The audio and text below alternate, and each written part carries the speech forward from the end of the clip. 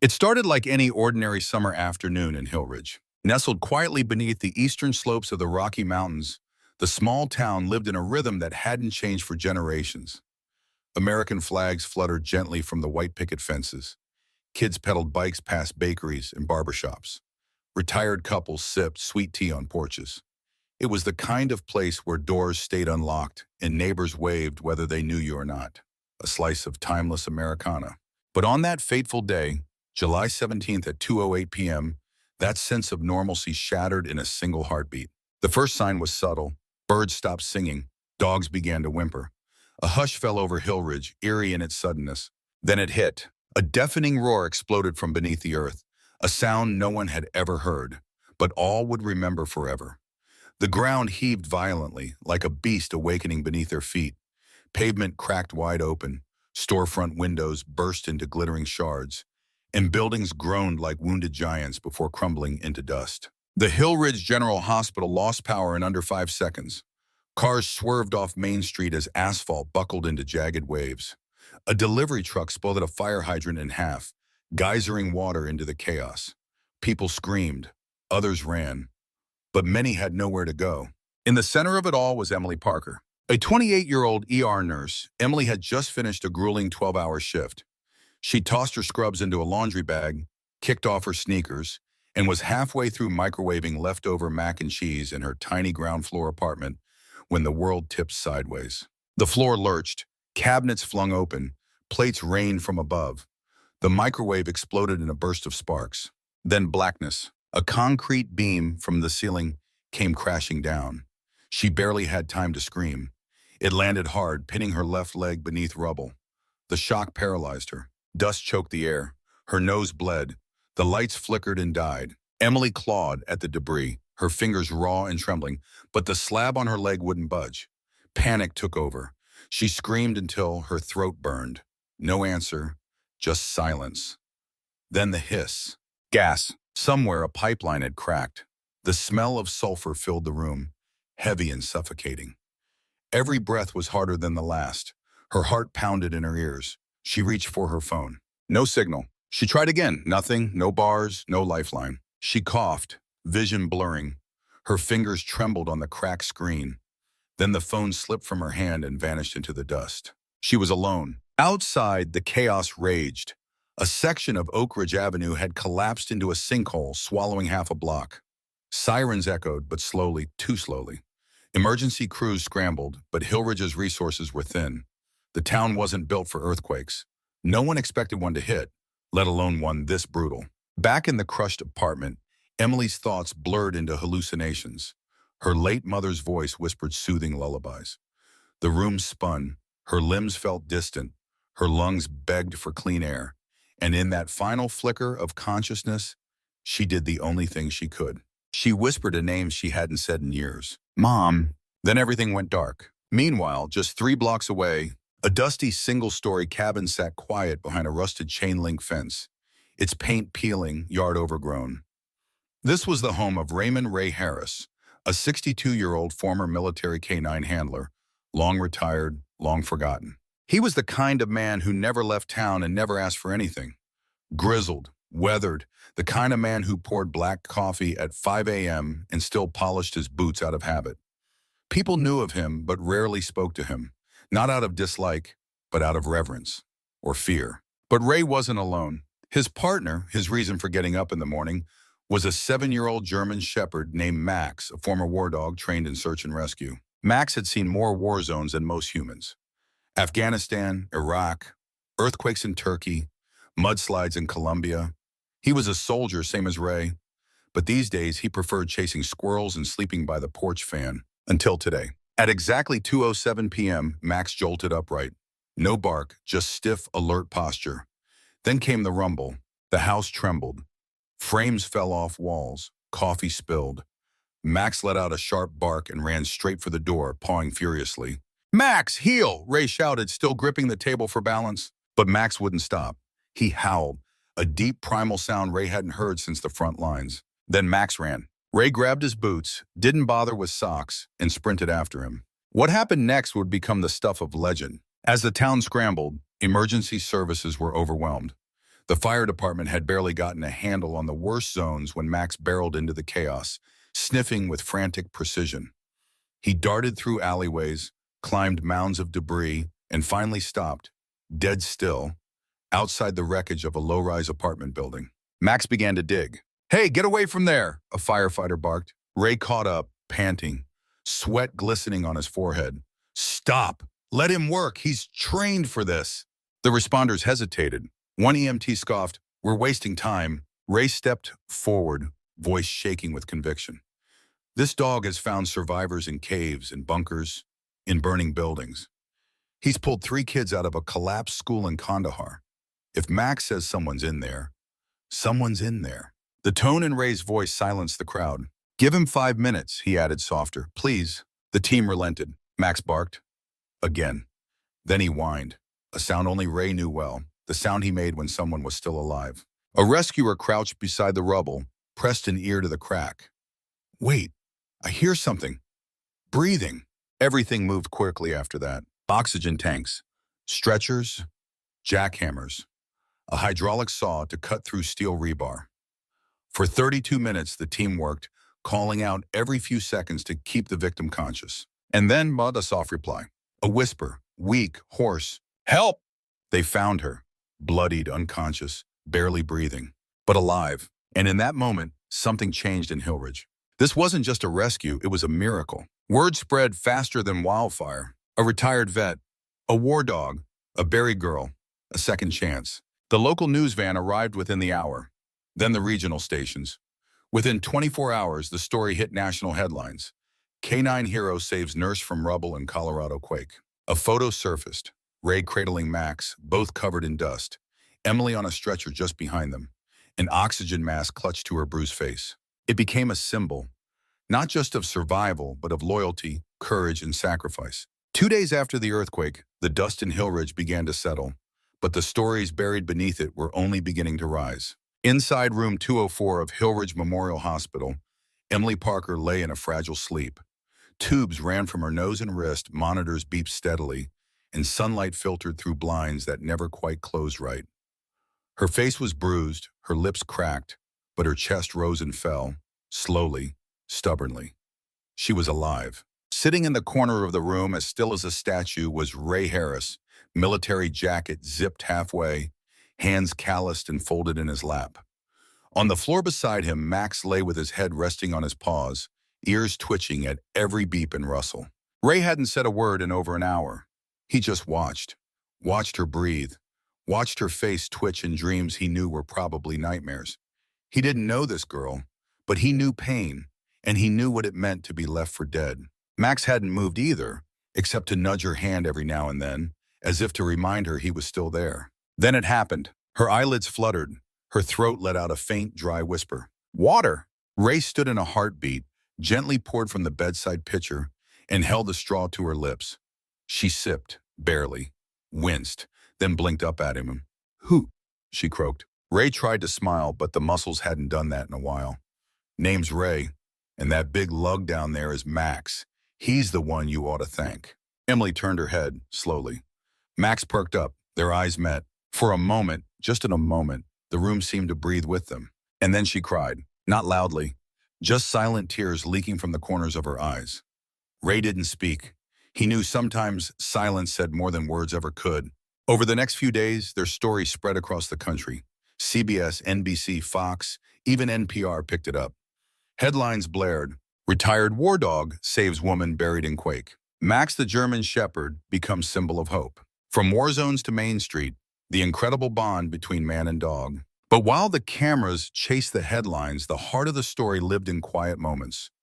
Like Max bringing Emily a slipper she never asked for, or Ray awkwardly fluffing hospital pillows like a man who hadn't touched comfort in years. One afternoon, a local reporter named Tess Morales visited the hospital for an exclusive. She expected a feel-good fluff piece.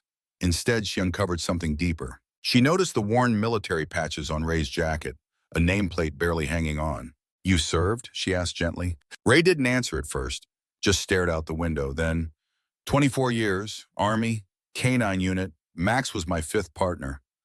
Best one I ever had. Tess scribbled, but Ray kept talking. We've been through it all. IEDs in Kandahar, school collapses in Mosul, mudslides in Guatemala. He's pulled kids out of rubble, found soldiers no one else could. He paused, eyes far away. I promised him he'd never have to work again. But that day, he looked down at Max, who thumped his tail once. He knew someone was still in there. And when Max knows, you listen. Tess sat silently for a beat, then asked, "Why Hillridge? Why come here after everything?" Ray shrugged. Quiet place.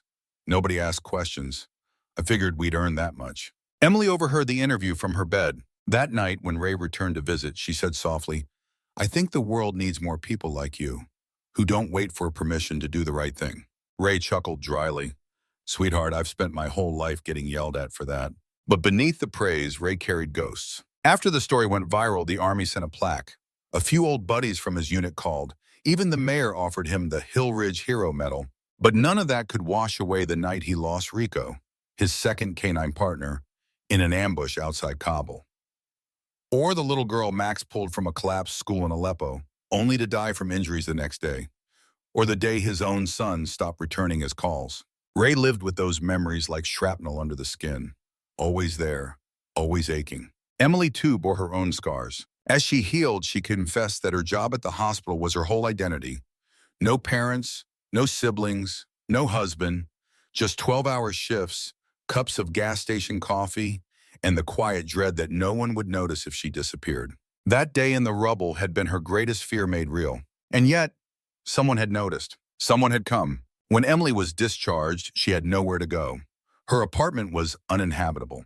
FEMA would take weeks. She refused the media's offer to pay for a hotel. She hated being a spectacle. Ray surprised everyone, including himself, when he said, "She can stay with us. Got a spare room. Max seems to like her." The house smelled like old cedar and dog biscuits. The floors creaked. The porch had a swing that never stopped squeaking. But it was safe. And more than that, it was home. Each morning, Ray made eggs and black coffee. Emily added avocado toast and almond milk to the rotation. Max, ever the diplomat, approved of both. Ray taught her how to fix the leaking kitchen sink. Emily showed him how to use a smartphone without cursing at it. They watched old westerns together at night. Max always took the middle cushion. One evening, as a thunderstorm rolled in over the mountains, Emily turned to Ray and asked, "Do you believe in fate?" Ray looked at her for a long moment. "I believe sometimes life breaks you apart," he said. "And sometimes in the middle of all that breaking, it puts you back together with the people you were always meant to find." Emily smiled. Max barked once, as if in agreement. Then came the parade. Hillridge had never thrown a real parade before, not even on the 4th of July. But this was different. A line of floats rolled down Main Street. The fire trucks shined. School kids held signs that read, "Thank you, Max," and "Ray is our hero." The local marching band played a slightly off-key version of America the Beautiful. Ray stood stiff in his old uniform, eyes glistening. Emily walked beside him in jeans and a flannel, her legs still in a brace but her smile unshakable. Max wore a vest that read "Canine Hero, retired but still awesome." As they passed the bakery, a little boy ran out, holding a leash made of red, white, and blue yarn. "Can I walk him?" he asked shyly. Ray nodded. "Only if he walks you back." The boy laughed and took the leash. Max, patient and gentle, licked his hand. At the end of the parade, the mayor handed Ray a wooden plaque. It read, "For courage beyond the call, Ray and Max, the guardians of Hillridge." Ray stared at it for a moment, then handed it to Emily. "You keep it," he said. "You're the one we found." She shook her head. "No, Ray, I think we all found each other." That night, back on the porch, as the sun dipped behind the Rockies, the three of them sat in silence. No cameras, no applause, just the creak of the swing, the chirp of crickets, and the occasional snore from Max. Emily leaned her head on Ray's shoulder. He didn't flinch. For the first time in decades, his chest felt full, not with grief, but with gratitude. For second chances, for unexpected family, for a dog that never gave up. "I used to think the war was the end of my story," Ray said. Emily looked up. "But maybe it was just the middle. They say time heals all wounds, but what they don't say is how long it takes or how quietly it works." For Emily Parker, it began not with grand gestures or tearful breakthroughs, but with the smallest of routines. Morning coffee with Ray on the porch, Max pressing his head against her thigh while she read. Fresh air, soft silence, a rhythm. 3 weeks had passed since the earthquake, and though the town was still rebuilding, piles of bricks lining the sidewalks, cranes hovering over damaged rooftops. Something inside Emily had already begun to mend. She had survived the unthinkable, and now, for the first time in her adult life, she wasn't just existing, she was living. Ray's home on Chestnut Road was modest, in 1,100-square-foot ranch-style structure built in the late 60s. It had 3 bedrooms, 1 bathroom, and a back porch that overlooked a field of wildflowers that no one had planted, but grew anyway. The 3rd bedroom, once a storage closet filled with old uniforms and unopened boxes, had become Emily's space. She painted the walls a soft sage green, replaced the curtains, added a lamp with a floral shade she found at a local thrift store. Ray didn't say much about it, but every now and then she'd catch him lingering at the door, peeking in, eyes soft with something he didn't have words for. A second chance, a fresh start, family. Ray had never been one for hobbies, but Max had developed a fondness for sitting out by the edge of the yard, nose twitching toward the breeze. Emily noticed that patch of ground one afternoon, overgrown, rocky, forgotten. The next morning, she dug her fingers into the soil. It started with basil, then cherry tomatoes. A few days later, sunflowers. Ray joined in reluctantly at first, grumbling about his bad knees, complaining about how gardening was for people with too much free time. But soon he was out there every evening, teaching her how to lay rows and mix compost. Max would follow, trotting between them like a supervisor. One evening, after planting marigolds, Emily looked at the old soldier and smiled. "You know, this looks a lot like a family garden," she said gently. Ray didn't respond, just nodded and kept digging. While FEMA and local contractors worked on rebuilding the town, Emily joined a volunteer group at the local medical center. Though she wasn't back on full-time duty yet, she helped with supplies, intake, and offering support to displaced families. Her resilience didn't go unnoticed. One afternoon, the hospital director pulled her aside. "We're opening a trauma counseling program. First responders, survivors, people who lost loved ones. We'd love for you to be involved, not just as a nurse, maybe as a mentor." Emily hesitated. "I'm not qualified for therapy." The director smiled. "You're alive. You're healing. That's more than most can say right now." She took the offer. It was in that role, one-on-one with those who still trembled at night, still avoided certain sounds, that she found her voice again. Not just the clinical one used to explain vitals or doses, a voice that comforted, related, reassured. And through it all, Ray and Max remained her constants. One night, Emily came home to find Ray sitting at the kitchen table, pen in hand, paper creased. He looked up, writing to someone. She sat across from him. "Old Army buddy." Ray nodded, but his eyes said more. After a long silence, he said, "My son, haven't spoken to him in years. Not since my wife passed." Emily waited. "He blamed me. Said I spent more time with the Army than I ever did with him." He wasn't wrong. He folded the letter neatly.